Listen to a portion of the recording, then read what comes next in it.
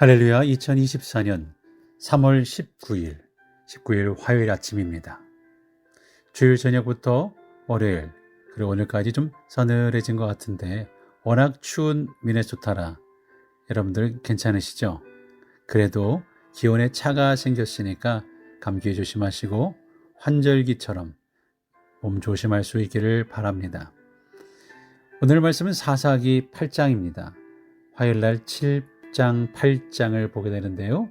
8장, 초심을 가져야 합니다. 말씀 보겠습니다. 사람이나 기업의 성공을 다룬 이 자기계발서를 읽어보면 빠지지 않고 등장하는 것이 바로 이 초심이라는 걸 거예요. 초심. 저에게도 굉장히 다가온 단어이고, 목회를 하고자 신학교에 들어갔을 때, 목회를 하면서 목사가 되었을 때, 새로운 마음으로 미국에 왔을 때, 목회를 나갔을 때, 또 미네소타에 왔을 때 하나님께서 새롭게 하심의 초심 잊지 말아야 되고 지켜가는 것이 중요하다. 오늘도 저에게 다가옵니다. 처음 시작할 때 가졌던 마음을 끝까지 간직하면 반드시 성공한다는 내용이죠. 한 번의 성공 이후에 더 나은 성공을 위해서도 처음 시작할 때 가졌던 마음을 잃지 말라는 그런 조언을 합니다. 성공을 위해서, 성공 이후 더 나은 성공을 위해서 초심이 중요하다는 것은 그것을 유지하기가 얼마나 어려운지를 역설적으로 보여줍니다. 사실 우리가 스스로 생각해 봐도 한 해를 시작할 때 가졌던 처음 마음을 1년 동안 내내 유지하는 것이 얼마나 어려운지 알 수 있습니다. 우리가 읽은 본문에서도 초심을 유지하지 못한 기드온이 나와요. 초심을 유지하지 못한 이유에는 여러 가지가 있겠지만 오늘 본문은 두 가지 내용을 우리에게 가르쳐 줍니다. 22절 먼저 볼까요?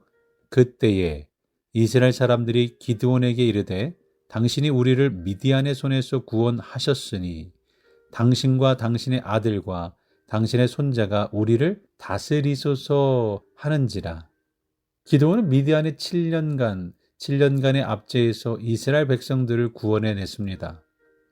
큰 전쟁이 끝나고 남아있는 잔당들까지 소탕하고 나자 이스라엘 백성들이 기드온에게 나와서 말을 하는 거예요. 왕이 되어 달라는 거예요. 주변 국가들 보니까 다 왕이야. 왕이 있어요. 왕이 되어 달라는 거예요. 왕으로서 우리를 지켜달라는 거예요. 당신과 당신의 아들, 당신의 자손들이 우리를 다스려 주십시오. 사실 지금까지 이스라엘 나라에는 왕이 없었어요. 하나님께서 가나안 정복 이후에 이스라엘 백성들에게 왕이 필요하지 않다고 하시고 레위 지파를 통해서 말씀으로 다스리겠다고 하셨기 때문이죠. 그러나 레위 지파가 타락하여 하나님을 떠나고 난 이후에 나라는 혼란에 빠져 있었습니다. 이스라엘 백성들은 강력한 왕을 요구하기 시작했어요. 우리를 끊임없이 치러 올라오는 저 악한 무리들에 대항할 강력한 왕을 요구하는 거죠. 기드온을 통해 미디안을 물리치는 짜릿한 경험을 하고 나니 기드온이야말로 우리를 다스릴 강력한 왕이 될 충분한 자격이 있다라고 생각한 거죠. 사실 우리의 초심을 흔드는 가장 큰 요인, 사람들이에요. 사람들의 말과 행동, 그리고 그들의 대우가 우리의 마음을 흔들게 만듭니다. 그러나 분명히 깨달아야 될 것은 대중들은 영웅 만들기 좋아하지만 영웅의 몰락을 더 좋아한다는 사실입니다. 사람들은 기드온을 영웅 만들기 원했지만 기드온이 죽고 난 이후에는 기드온에 올린 전과나 그가 한 모든 일을 기억조차 하지 아니하였다라고 기록합니다.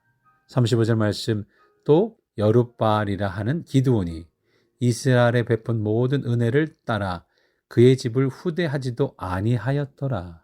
사람들은 이렇습니다. 기드온에게 와서 우리 왕이 되어달라고 사정할 때는 죄고 시간이 흐르고 나면 기억조차 하지 않는 것이 사람들의 일반적인 모습이에요.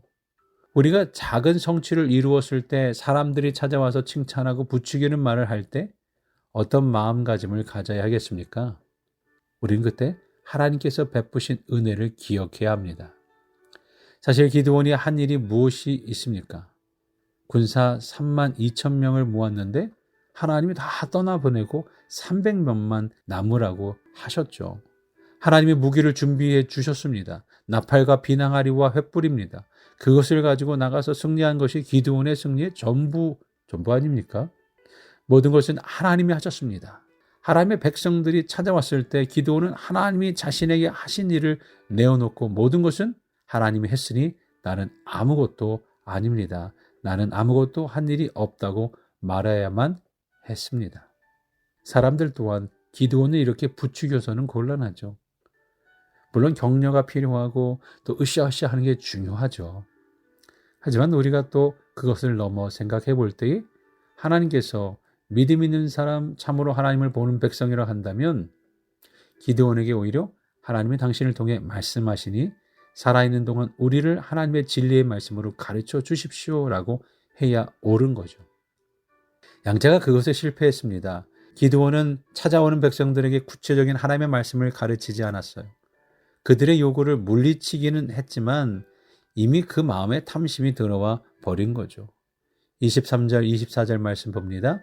기드온이 그들에게 이르되 내가 너희를 다스리지 아니하겠고 나의 아들도 너희를 다스리지 아니할 것이요 여호와께서 너희를 다스리시리라 하니라.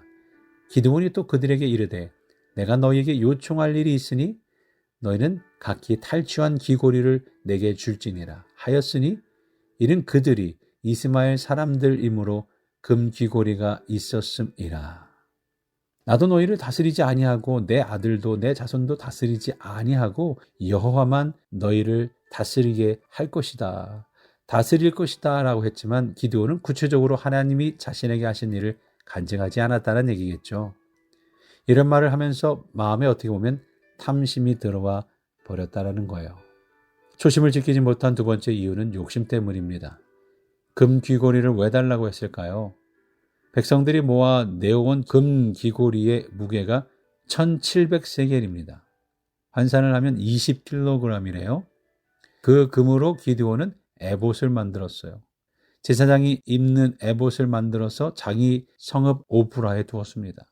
27절에 기드온이 그 금으로 에봇 하나를 만들어 자기의 성읍 오브라에 두었더니 온 이스라엘이 그것을 음란하게 위하여 그것이 기브온과 그의 집의 올무가 되니라. 기드온은 기념물을 만들어 놓고 싶었던 거죠. 백성들이 가져온 20kg의 금을 녹여서 에봇을 만들어 자기 성읍에 두었습니다. 백성들이 와서 거기에 경배를 하고 숭배합니다. 음란하게 위했다는 말은 엎드려 절었다는 것 같죠. 기드온은 애써 말리지 않았습니다. 즐겼어요. 마음으로 즐기고 눈으로 즐기고 오히려 백성들이 그렇게 하는 행위를 부추겼습니다. 자기가 살아있으면서 백성들이 하나님이 아닌 금 에봇에 절하는 것을 잠잠고 보았다라는 거예요. 훗날 기드온 사후에 죽은 후에 어떤 일이 벌어집니까? 33절에 기드온이 이미 죽음에 이스라엘 자손이 돌아서서 바알들을 따라가 음행하였으며 또 바알 브릿을 자기들의 신으로 삼고 이스라엘 백성들 마음에 우상 숭배가 들어오니 기드온이 죽고 나서는 완전히 타락으로 접어들고 말았다는 얘기예요. 초심을 지키지 못한 대가가 기드온 자신뿐만 아니라 자신의 집안 이스라엘 모든 자손들까지 우상 숭배의 길로 내몰았던 거죠.